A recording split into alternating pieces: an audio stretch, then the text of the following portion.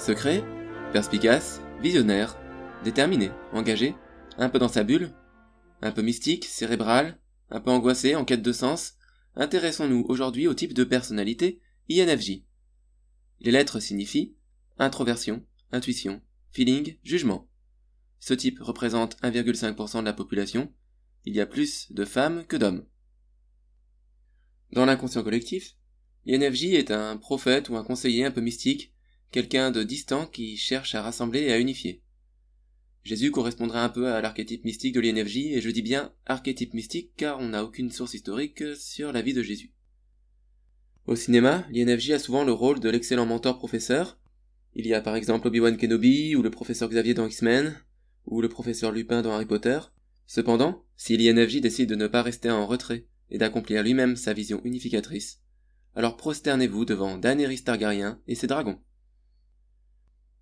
Fonction dominante NI, l'intuition introvertie. L'intuition introvertie est comme un entonnoir qui fait converger les données récoltées par l'INFJ au fond de son subconscient. Les données sont traitées à l'insu de la partie consciente du sujet.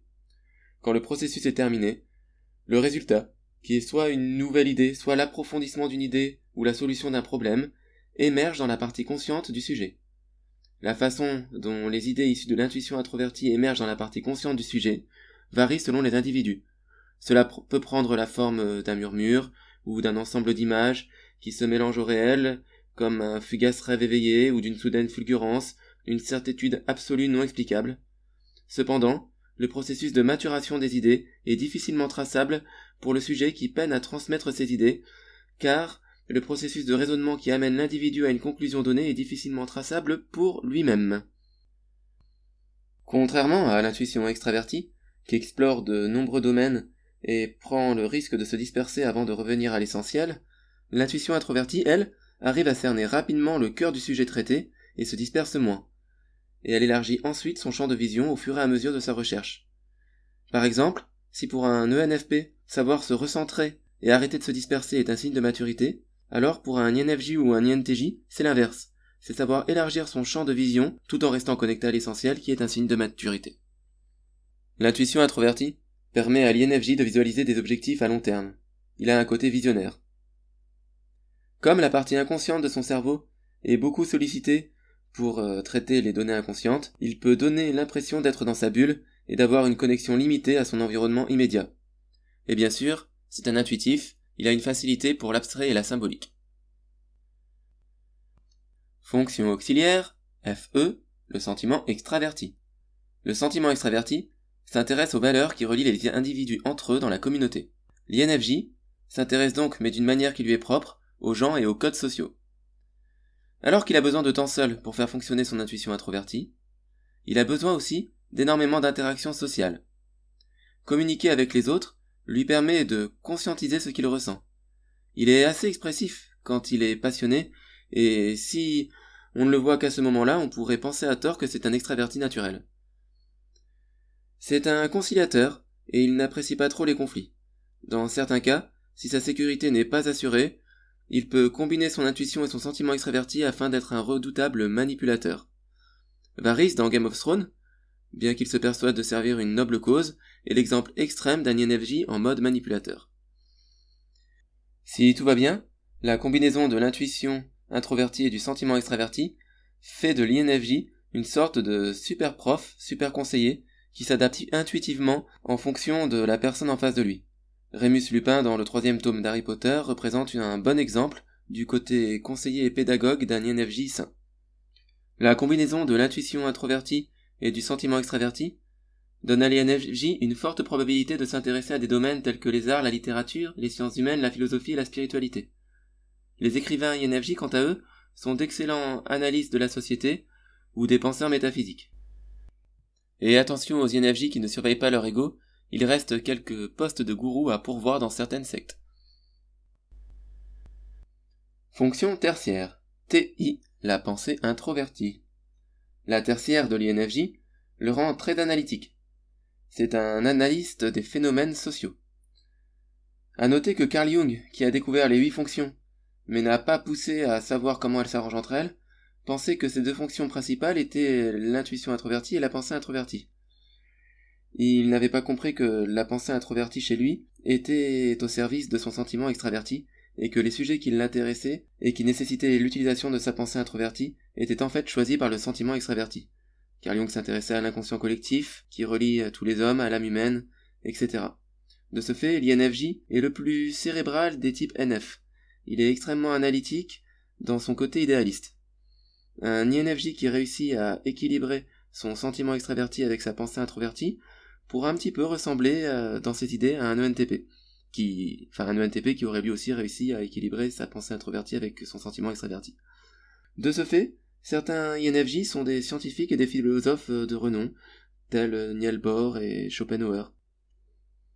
Cependant, ce désir d'être cérébral peut être un piège pour l'INFJ, car s'il utilise sa pensée introvertie sans la mettre au service de son sentiment extraverti, alors il se retrouve en boucle tertiaire dominante, et c'est peut-être une des plus dangereuses des 16 types. En effet, s'il se coupe de son auxiliaire sentiment extraverti pour ne fonctionner qu'avec l'intuition introvertie et la pensée extravertie, alors il se retrouve avec une rationalité angoissée, laquelle est coupée des rapports humains.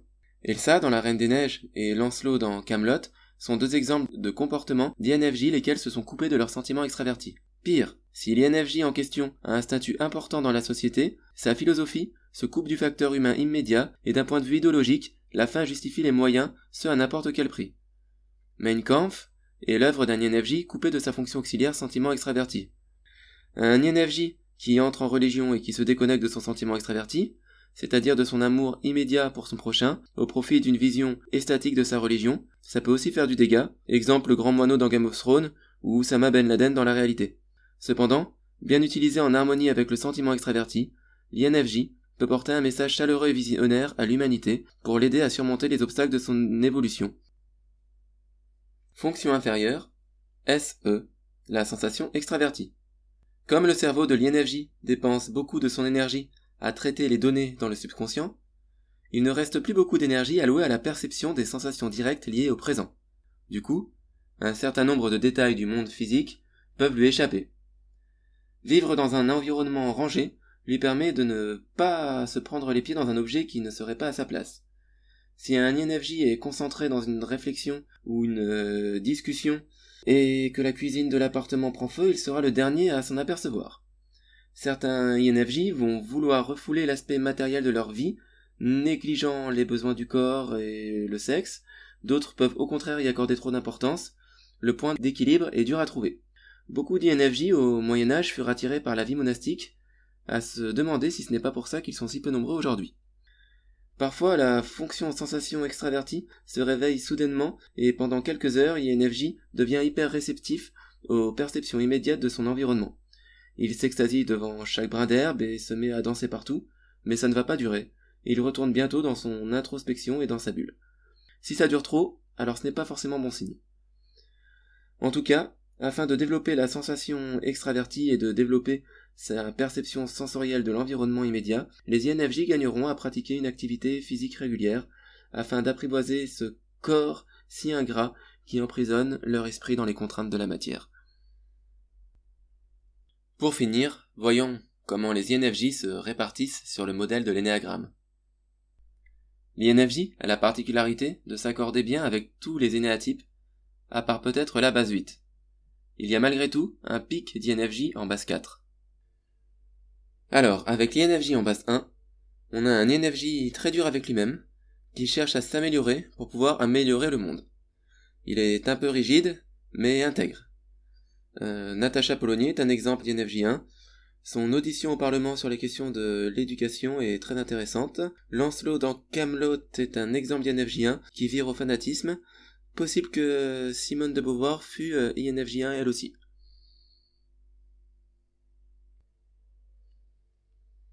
Avec l'INFJ en base 2, on a un INFJ rassembleur et unificateur. S'il est centre de soutien mental, ça peut donner une sorte de super prof conseiller d'orientation comme le professeur Xavier dans X-Men. Et s'il est de centre soutien instinctif, il met la cité à feu et à sang pour libérer les esclaves, tel Daenerys Targaryen dans Game of Thrones avec ses dragons. Bon, dans la réalité, on va prendre un exemple moins fantastique. Tolstoï est un exemple d'INFJ 2, bien que Comte, il adorait enseigner en tant qu'instituteur aux enfants de ses paysans. Il essaya aussi de réformer le christianisme afin de remettre l'amour du prochain et la solidarité au centre de la doctrine, mais malheureusement ce fut sans succès. L'INFJ4 est le plus courant des INFJ. Il est tiraillé entre son individualisme et son besoin d'être utile à la société. Il a besoin de fortement se singulariser dans son style de vie. Marilyn Manson est probablement un exemple un peu extrême d'INFJ4.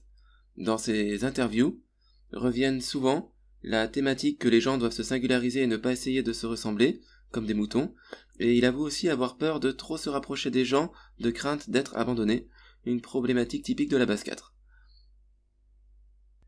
L'INFJ5 est un cérébral et un solitaire. Il peut être confondu avec un INTP. Il s'appuie beaucoup sur sa tertiaire pensée introvertie. Il part dans des réflexions complexes et un peu torturées qui traitent de l'humanité dans sa globalité. Carl Jung et Arthur Schopenhauer sont probablement des INFJ en base 5. Schopenhauer écrivait « La solitude offre à l'homme intellectuellement haut placé un double avantage. Le premier d'être avec soi-même, et le second de n'être pas avec les autres. » On ne peut pas faire plus 5. Bien qu'angoissé, l'INFJ6 est aussi un visionnaire cérébral. Il peut s'attacher à une cause. Gandhi est un exemple d'INFJ6 même si ce n'est pas visible de l'extérieur, car dans son autobiographie, les thèmes rémanents lors de ses 30 premières années sont la peur, le doute et la loyauté. Plus tristement célèbre, Adolf Hitler est aussi un INFJ en base 6. Dans la littérature, nous avons Dostoïevski qui est INFJ en base 6. Le doute de l'existence de Dieu, du libre arbitre et la mise en valeur de la folie humaine sont le thème central de son œuvre. L'INFJ 7 est assez rare. Cependant, nous en avons un spécimen célèbre bien documenté, avec la romancière Agatha Christie. C'est une écrivain de fiction populaire. Elle est introvertie et organisée, mais aussi très aventurière et avide de nouvelles expériences. De loin, on pourrait la confondre avec un ENTP, car très cérébrale, avec un sens de l'humour satirique et voulant profiter de la vie au maximum. L'INFJ 9, quant à lui, est un peu flottant. Cependant, ses centres d'intérêt sont plus concrets, et il est moins théorique et intellectuel et plus pratique que les autres INFJ, tout en étant un intuitif. Je n'arrive pas à identifier de personnages célèbres INFJ 9, car les 9 sont pas très forts pour se mettre en valeur, mais je peux proposer aux plus jeunes 2 héros de manga qui ont cette combinaison de types de personnalité. Il s'agit de Cheese dans le manga Ancient Magus Bride et de Nagisa dans Assassination Classroom. J'espère que cette vidéo vous a plu, que vous comprenez mieux le type INFJ, et n'hésitez pas à mettre un pouce bleu ou à commenter. Et puis pour finir, voici encore quelques exemples d'INFJ de fiction et historique.